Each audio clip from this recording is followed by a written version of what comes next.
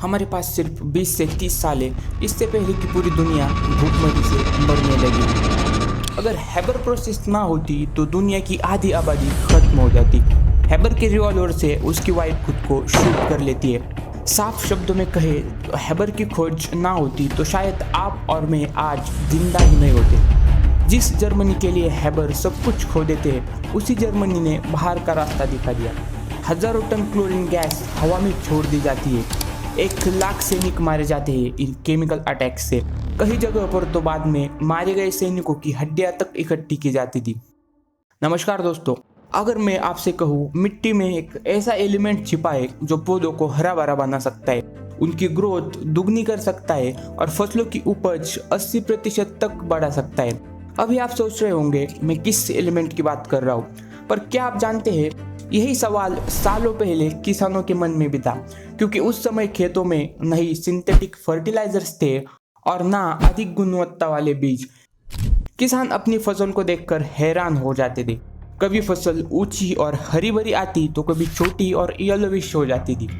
18वीं सदी से पहले खेतों को उपजाऊ बनाने के लिए गोबर, फसलों के अवशेष और राख का इस्तेमाल किया जाता था। चीन और जापान में लोग ह्यूमन पूप का इस्तेमाल करते थे। किसान जानते थे कोई तो चीज़ मौजूद है इन मैन्यूर्स में जो फसलों को बड़ा और हरा भरा बनाती है, लेकिन उसका नाम कोई नहीं जानता था। 1840 में जस्टस वॉन लाइबनिज अपनी किताब पब्लिश करते हैं जिसने फार्मिंग को पूरी तरह से बदल दिया। लाइबनिज एक केमिस्ट और यूनिवर्सिटी में प्रोफेसर थे। इन्हें फादर ऑफ एग्रीकल्चरल केमिस्ट्री और फादर ऑफ फर्टिलाइजर्स कहा जाता है। इन्होंने अपनी बुक में कहा प्लांट्स को 3 एलिमेंट्स सबसे ज़्यादा ज़रूरी है, नाइट्रोजन, पोटेशियम एंड फॉस्फोरस। इन तीनों में सबसे ज़्यादा ज़रूरी है नाइट्रोजन। पौधों के विकास में नाइट्रोजन का सबसे अधिक महत्व होता है। यह पौधों में हरियाली लाने वाले क्लोरोफिल के निर्माण में मदद करता है, जिसके द्वारा पौधे सूर्य के प्रकाश से भोजन बनाते हैं। साथ ही नाइट्रोजन प्रोटीन बनाने में भी मुख्य भूमिका निभाता है, जो पौधों की ग्रोथ और सेल्स के निर्माण के लिए आवश्यक होते हैं। इसकी पर्याप्त मात्रा होने पर पौधों की पत्तियां हरी भरी, तना मजबूत और विकास तेजी से होता है। नाइट्रोजन की कमी से पत्तियां पीली पड़ जाती है और पौधों का विकास रुक जाता है। नाइट्रोजन कितना इम्पोर्टेंट है आप इस बात से समझिए। मान लीजिए आपका गेहूं का खेत 2 हिस्सों में बटा है। एक तरफ नाइट्रोजन पर्याप्त मौजूद है और दूसरी तरफ इसकी मात्रा कम है। जहाँ नाइट्रोजन मौजूद है वहाँ फसल 50 से 80% ज़्यादा होगी उसके तुलना में जहाँ नाइट्रोजन कम थी। अगर आप छत पर खड़े होकर आसमान में देखेंगे तो जो हवा आपको नज़र आती है उसमें नाइट्रोजन सबसे ज़्यादा मात्रा में पाई जाती है। पूरे वातावरण का लगभग 78% हिस्सा नाइट्रोजन से बना है, लेकिन फसल इस नाइट्रोजन को सीधे इस्तेमाल नहीं कर सकती।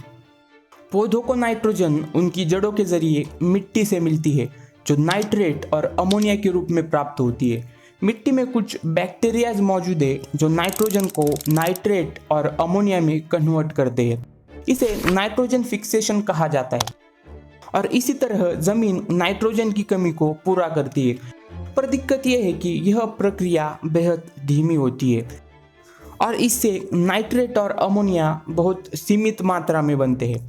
फसलें जितनी नाइट्रेट खींच लेती है, सॉइल उतनी तेजी से वापस नहीं बना पाती। इसलिए लगातार खेती करने से मिट्टी में नाइट्रोजन लगभग खत्म हो जाती है।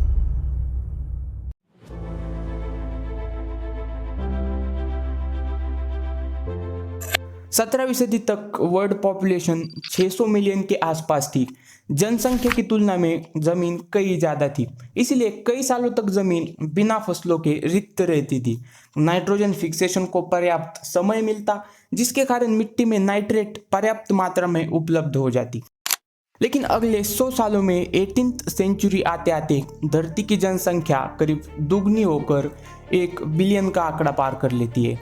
इतने सारे लोगों का पेट भरने के लिए अब एक ही जमीन पर बिना रुके बार बार फसल उगाई जाने लगी। फसल कटने के बाद फिर से दूसरी बोई जाती थी, जिसकी वजह से नाइट्रोजन फिक्सेशन को पर्याप्त समय नहीं मिल पाता, जिसके कारण मिट्टी में नाइट्रेट और अमोनिया की कमी होने लगी। 18वीं सदी आते आते यूरोप, एशिया और अमेरिका में फसल की उपज करीब आधी हो चुकी थी। उतनी ही बारिश होने के बावजूद उत्पादन करीब 1/3 होने लगा। ऐसे में खेतों को उपजाऊ बनाने के लिए कई सारे अजीब तरीके अपनाए जाने लगे। इंग्लैंड ने उस वक्त जानवरों की हड्डियां इंपोर्ट करना स्टार्ट कर दी। हड्डियों में पोटैश और फास्फोरस की मात्रा होती है। इन हड्डियों की पाउडर बनाकर खेतों पर छिड़काई जाती थी। किसान उस जगह जाते थे जहां हाल ही में कोई जंग हुई हो। वहां से लिटरली मरे हुए सोल्जर्स के बोन्स इकट्ठे किए जाते थे। यहाँ गुआनो की स्टोरी बड़ी इंटरेस्टिंग है। पूरी दुनिया लिटरली बर्ड्स की पूप के लिए लड़ रही थी। दरअसल पेरू कंट्री की कोस्ट लाइन के आसपास कई आइलैंड्स मौजूद है। यहाँ हजारों समुद्री पक्षी, चमगादड़ और सील रहते हैं। सालों साल इन जानवरों का वेस्ट यहाँ जमा होता गया। धीरे धीरे ये सूख जाता है और समय के साथ मिट्टी, हवा और धूप की वजह से एक ठोस खनिज बन जाती है। इसे ही गुआनो कहा जाने लगा। इस गुआनो में नाइट्रोजन, फास्फोरस और पोटेशियम जैसे पोषक तत्व अधिक मात्रा में पाए जाते हैं। इंसानों को गुआनो के बारे में पता चला 18th सेंचुरी के शुरुआत में। पेरू देश गुआनो को एक्सपोर्ट करने लगा। ये इतने बड़े स्केल पर था कि पेरू की इकोनॉमी का 70% हिस्सा गुआनो एक्सपोर्ट से आता था। 1856 में अमेरिका ने गुआनो आइलैंड एक्ट बनाया, जिसके तहत किसी अमेरिकी नागरिक को गुआनो से भरा आइलैंड मिलता है तो वो उसे अमेरिका का हिस्सा क्लेम कर सकता है और अमेरिकी मिलिट्री उसकी मदद करेगी उस आइलैंड को क्लेम करने में। अगले 30 सालों तक गुआनो ने दुनिया की मिट्टी उपजाऊ बनाई और दुनिया का पेट भरा। 1970 आते आते गुआनो के रिजर्व्स धीरे धीरे खत्म हो जाते हैं। पेरू देश बैंकरप्सी में चला जाता है। फिर से शुरू होती है फर्टिलिटी क्राइसिस। यूरोप और बाकी के कॉन्टिनेंट्स में फूड के प्राइस तेजी से बढ़ने लगते हैं। हालात बहुत ज़्यादा बिगड़ चुके थे। अब यहाँ पर फूड क्राइसिस इतनी बढ़ जाती है कि आप उसका अंदाज़ा भी नहीं लगा सकते। एक बड़े ही फेमस साइंटिस्ट थे, सर विलियम क्रूक्स। 1898 में एक मीटिंग के दौरान इनके भाषण ने पूरी दुनिया को हिला कर रख दिया। इन्होंने कहा, दुनिया के पास इतनी नाइट्रोजन नहीं है जिससे पूरी दुनिया का पेट भर सके और हमारे पास सिर्फ 20 से 30 साल है। इससे पहले कि पूरी इंसानियत भूखमरी से मरने लगेगी। कोई केमिस्ट ही इंग्लैंड और दुनिया को इस संकट से बचा सकता है। अभी आप सोच रहे होंगे, वातावरण में 78% नाइट्रोजन मौजूद है, उसे दे दो फसलों को, हो गई सबसे बड़े प्रॉब्लम सॉल्व। लेकिन इसमें सबसे बड़ी दिक्कत थी खुद नाइट्रोजन। फसलों को नाइट्रोजन चाहिए नाइट्रेट या अमोनिया के फॉर्म में, और यही सबसे बड़ी समस्या थी, नाइट्रोजन को नाइट्रेट या अमोनिया में रूपांतरित करना।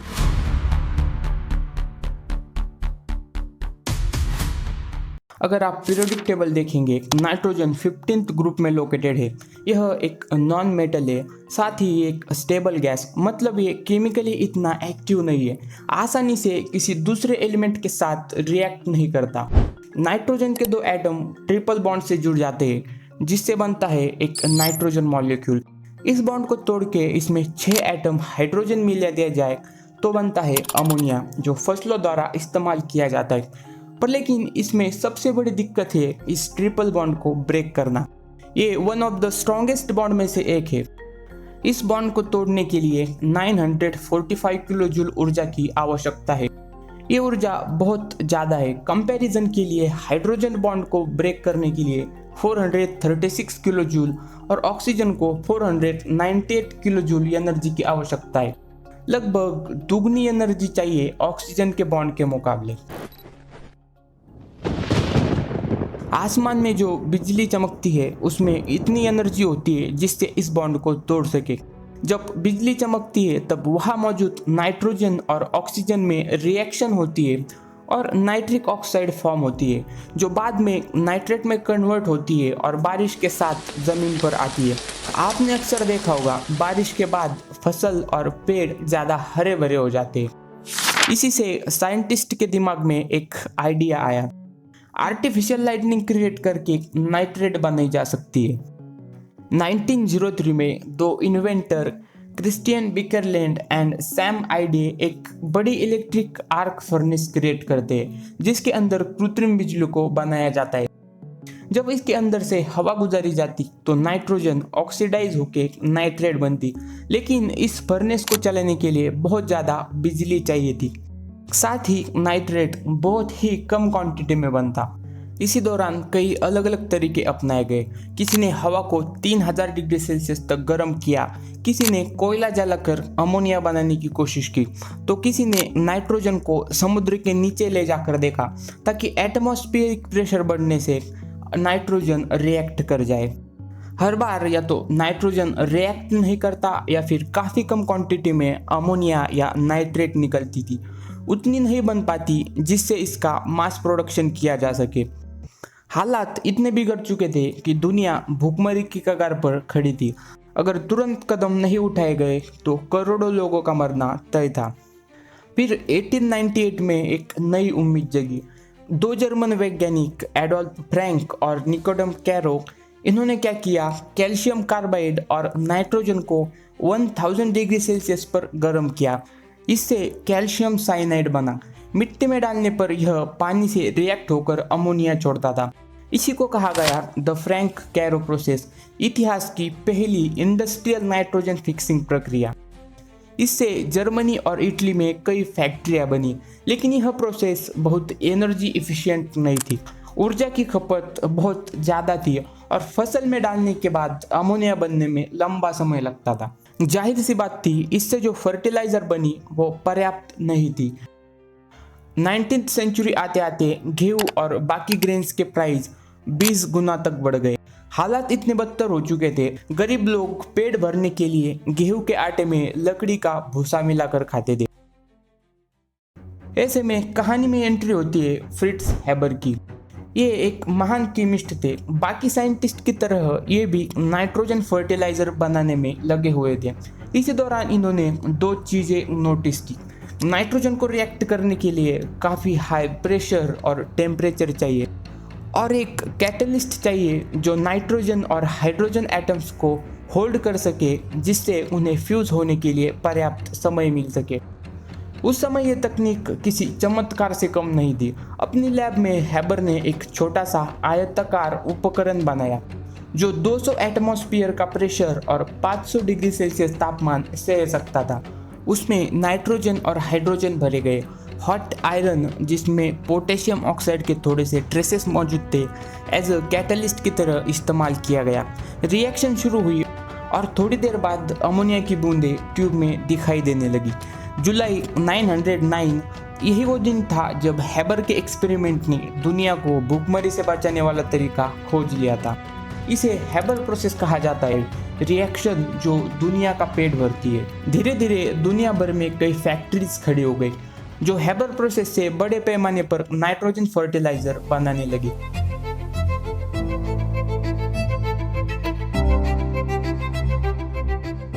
हैबर की इस खोज ने दुनिया को भूखमरी से बचा लिया। इसका असर आज भी हमारी जिंदगी पर दिखता है। अगर हैबर प्रोसेस ना होती तो 1900 के बाद अगले 30 सालों में करोड़ों लोग भूख से मर जाते। आज दुनिया की आधी से ज़्यादा आबादी शायद अस्तित्व में ही ना होती। आज आपके शरीर में जितना नाइट्रोजन है उसका 50% हैबर प्रोसेस से आया है। जी हाँ दोस्तों, सही सुना आपने। साल 1980 में फ्रिट्ज हैबर को हैबर प्रोसेस के लिए नोबेल प्राइज से सम्मानित किया जाता है। नोबेल कमेटी ने इसे मानवता के लिए सबसे महत्वपूर्ण उपलब्धि कहा।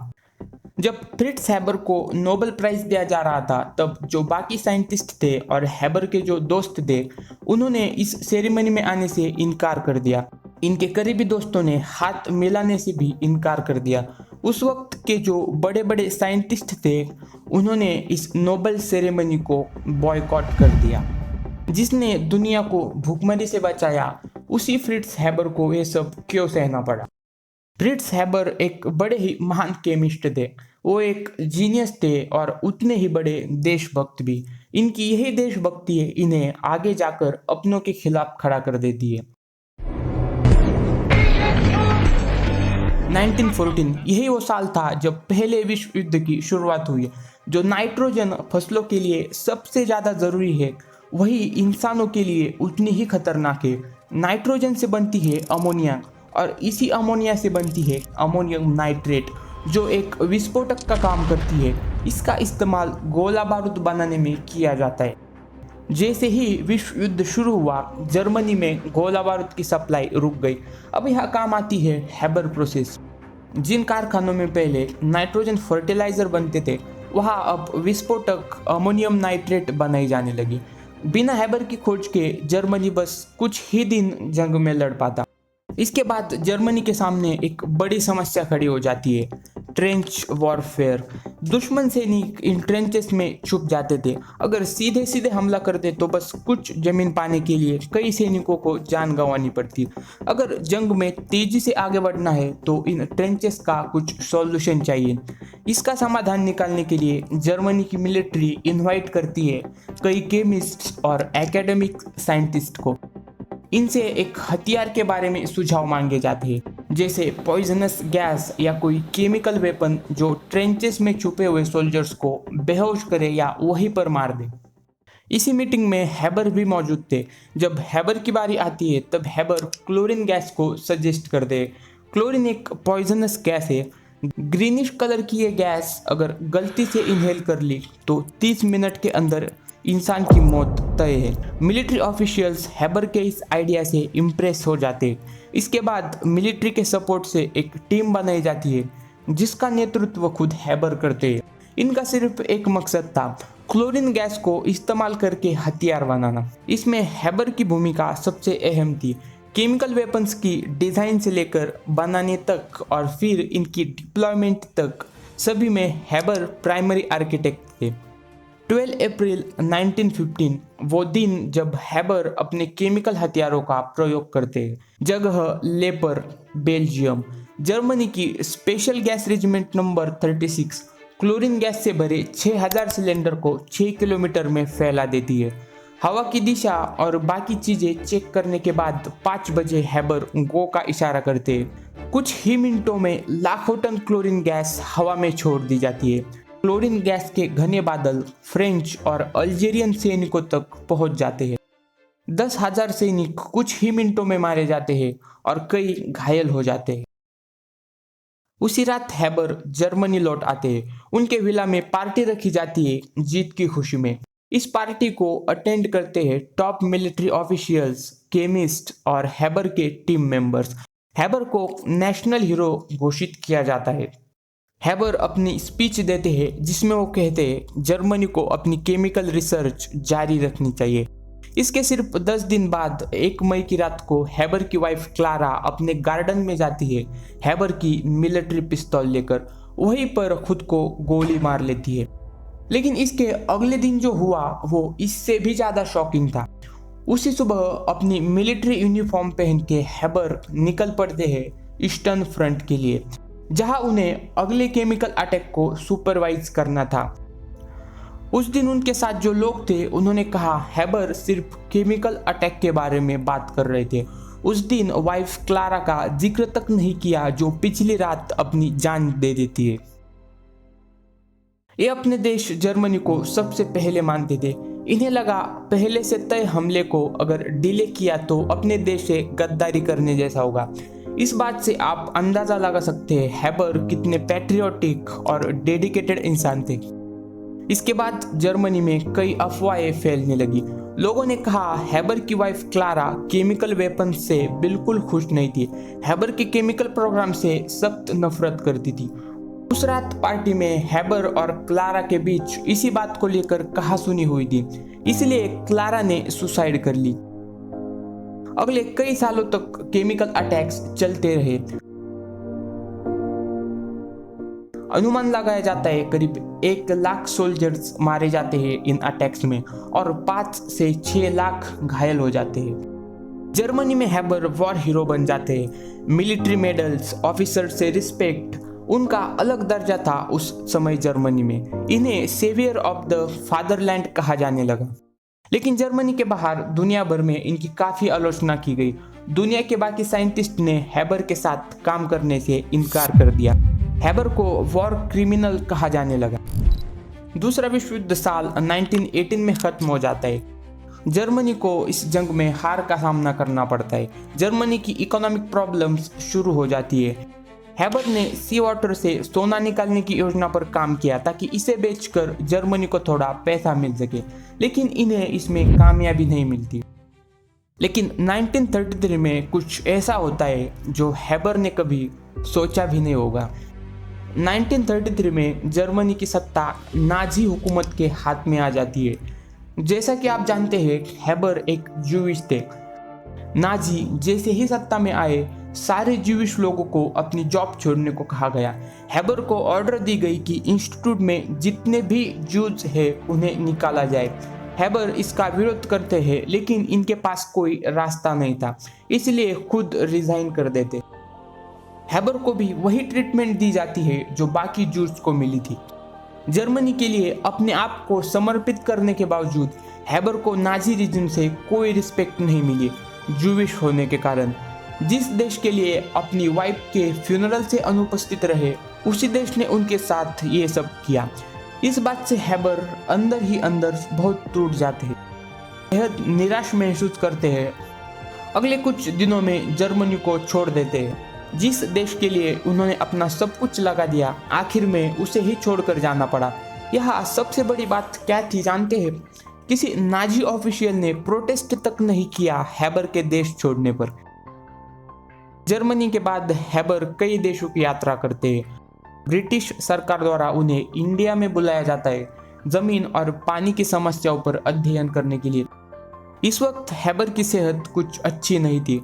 हार्ट प्रॉब्लम्स, ब्लड प्रेशर और डिप्रेशन ऐसी कई अन्य गंभीर बीमारियों से हैबर लड़ रहे थे।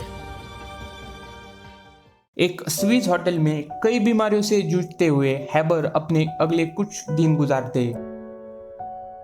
28 जनवरी 1934 की रात हार्ट फेलियर से हैबर की डेथ हो जाती है। जब उनकी डेथ हुई तब हैबर 65 साल के और अकेले थे। अनजान जगह, अनजान लोगों के बीच अपनी जिंदगी की आखिरी सांसें लेते, जहां कोई अपना नहीं था। दोस्तों, रिश्तेदारों और जान पहचान से दूर एक अनजान कमरे में अपने देश से दूर निराश हैबर अपनी जिंदगी को अलविदा कहते। दोस्तों, हैबर की जिंदगी इतिहास के सबसे बड़े पैराडॉक्सेस में से एक है। एक ऐसा इंसान जिसने दुनिया को खाना भी दिया और जहर भी।